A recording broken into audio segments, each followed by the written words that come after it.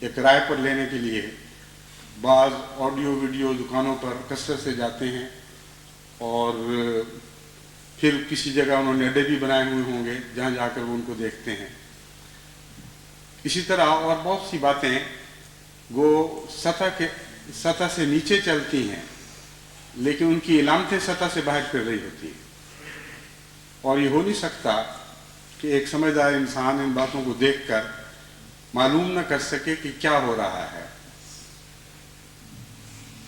جب اس سے نظر غافل ہو جاتی ہے تو پھر یہ بیماریاں اور رخ اختیار کر لیتی ہیں۔ ایسے لوگوں میں ڈرگ ایڈکشن کے پھیلانے کے احتمالات بہت زیادہ پیدا ہو جاتے ہیں۔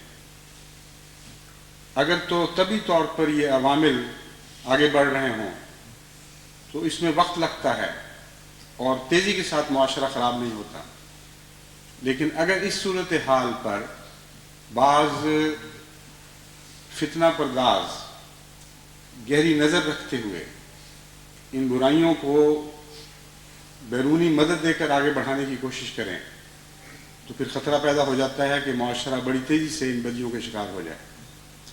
چنانچہ چند سال پہلے بھی میرے علم میں یہ بات آئی تھی کہ یہ منصوبہ ایک جگہ بنایا گیا کہ ربوہ کے نوجوانوں کو نشہ آور دواؤں میں کا عادی بنا دیا جائے، اور اس کے لیے ان کو شروع میں مفت ایسی چیزیں مہیا کی جائیں، پھر جب وہ ان کے عادی بن جائیں پھر ان سے رفتہ رفتہ یہ حسن سلوک جس کو وہ سمجھتے ہیں اس کا ہاتھ کھینچا جائے اور ان کو مجبور کیا جائے کہ وہ پیسے مہیا کریں ان چیزوں کے لیے۔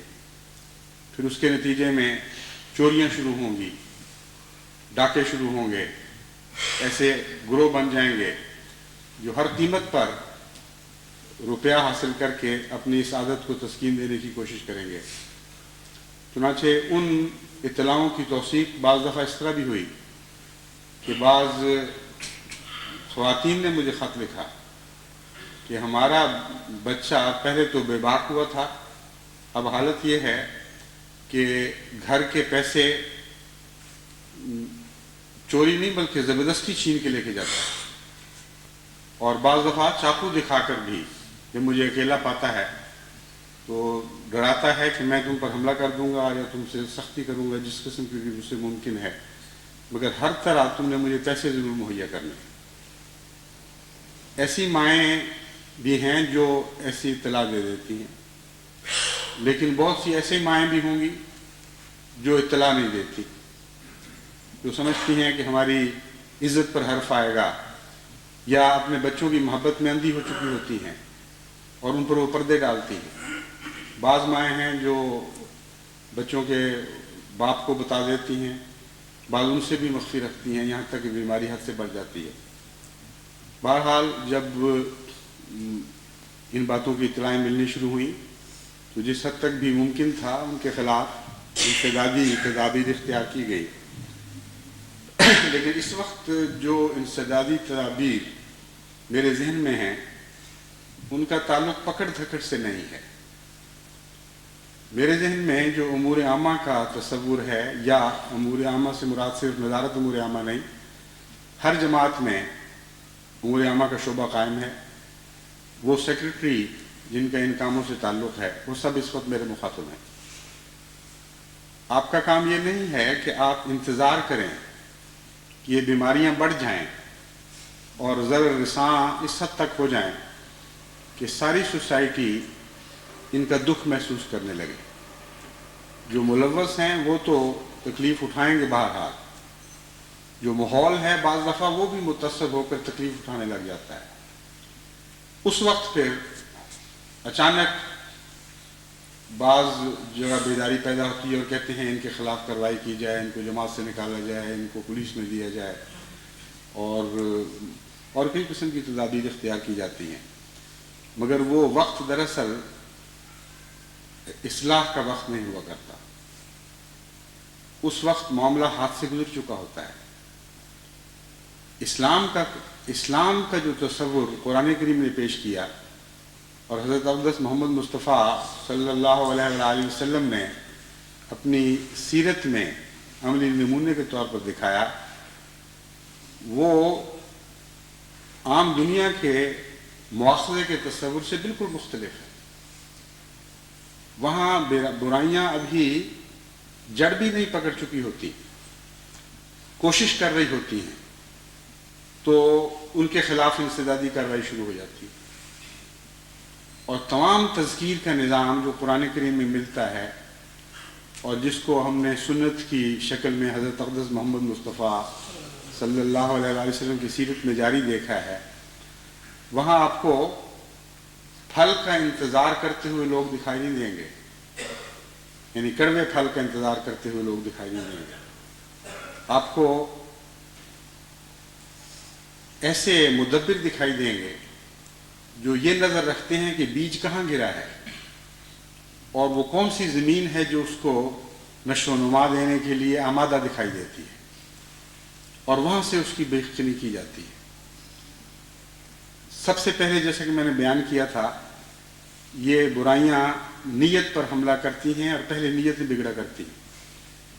چنانچہ حضرت اقدس محمد مصطفیٰ صلی اللہ علیہ وآلہ وسلم نے ہمیں متنبہ فرمایا کہ سب سے پہلے اپنی نیتوں کی فکر کرو، اگر تمہاری نیتیں بدل گئیں تو پھر معاملے کو سنبھالنا بہت مشکل ہو جائے گا۔ کئی قسم کی حسین، خوبصورت، واضح مثالیں دے کر حضرت صلی اللہ علیہ وآلہ وسلم نے سمجھایا کہ دل جب ایک طرف رخ کرنے کا فیصلہ کر لیا کرتا ہے تو ظاہر میں اس کا رخ، جسم کا رخ کسی اور طرف بھی دکھائی دے، تب بھی بالآخر بات وہیں پہنچے گی جہاں دل نے فیصلہ کیا ہوا ہے۔ اس لیے ایک بات سب سے پہلے کھول کر ہمیں اپنے پیش نظر رکھنی چاہیے کہ دو ہی رخ ہیں جن کو ہم نے اپنے لیے اختیار کرنا ہے۔ ایک وہ جو حضرت اقدس محمد مصطفیٰ صلی اللہ علیہ وآلہ وسلم کا رخ ہے، جس کے اب قافلہ سالار ہیں، جن کے پیچھے قدم بڑھاتے ہوئے ہم نے آگے خیرات کی طرف بڑھنا ہے، اور ایک وہ رخ ہے جو دنیا پرستی کا رخ ہے۔ اس لیے جس معاشرے میں نیتیں دنیا پرستی کی طرف مائل ہو جائیں، وہیں سے خرابی کا آغاز شروع ہو جائے گا۔ وہ بالآخر وہیں پہنچیں گے جہاں اس سے پہلے دنیا پرست لوگ پہنچتے رہے ہیں۔ حضرت مسیح موعود علیہ الصلوۃ والسلام اس معاملے میں فرماتے ہیں، ہم ہوئے خیر امم، تجھ سے ہی ہے خیر رسول، تیرے بڑھنے سے قدم آگے بڑھایا ہم نے۔ بس اگر رخ حضرت محمد مصطفیٰ صلی اللہ علیہ وآلہ وسلم کی جانب رہے تو لازماً ہر قدم نیکی کی طرف اٹھے گا۔ برائیاں ہوتے ہوئے بھی اس سفر کے دوران برائیاں جھڑنی شروع ہو جائیں گی، نیکیوں سے آڑی ہوتے ہوئے بھی ہر منزل پر آپ اپنے دامن کو پہلے سے زیادہ نیکیوں سے مزین اور مرصع پائیں گے۔ بس رخ کی طرف توجہ دینا بہت ہی اہم کام ہے۔ ایسے لوگوں کی نیتیں درست کرنا اور مشورے اور محبت کے ذریعے اور رہنمائی کے ذریعے ان کو سمجھانا، یہاں سے دراصل ہمارا جہاد شروع ہوتا ہے۔ انتظار کرتے رہنا کہ جرم حد سے بڑھ کر ایک بھیانک شکل اختیار کرے، پھر اس پر انسدادی کارروائیاں تو ہو نہیں سکتی، تعزیری کارروائیاں شروع کی جائیں، یہ ہمارا کام نہیں ہے، نہ ہمارا یہ مسلک ہے۔ ہم نصیحت کرنے والوں کی جماعت ہیں، اور نصیحت کرنے والی جماعت کو کچھ فوقیت، دوسروں پر فوقیت بھی حاصل ہوتی ہے، کچھ اس کی کمزوریاں بھی ہوتی ہیں۔ نصیحت ہر منزل پر یکساں اثر نہیں کیا کرتی۔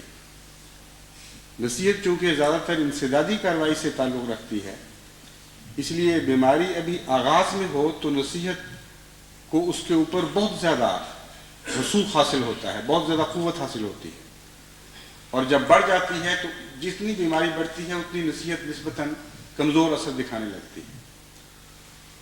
بس بد ہو جانے والے لوگوں کو آپ نیکی کی طرف بلائیں گے تو بہت کم اثر پڑے گا، لیکن وہ جو بدی کی طرف رخ کرنے کا فیصلہ کرتے ہیں ان کو اس وقت سمجھانا اور روک لینا یہ نسبتاً بہت آسان ہے۔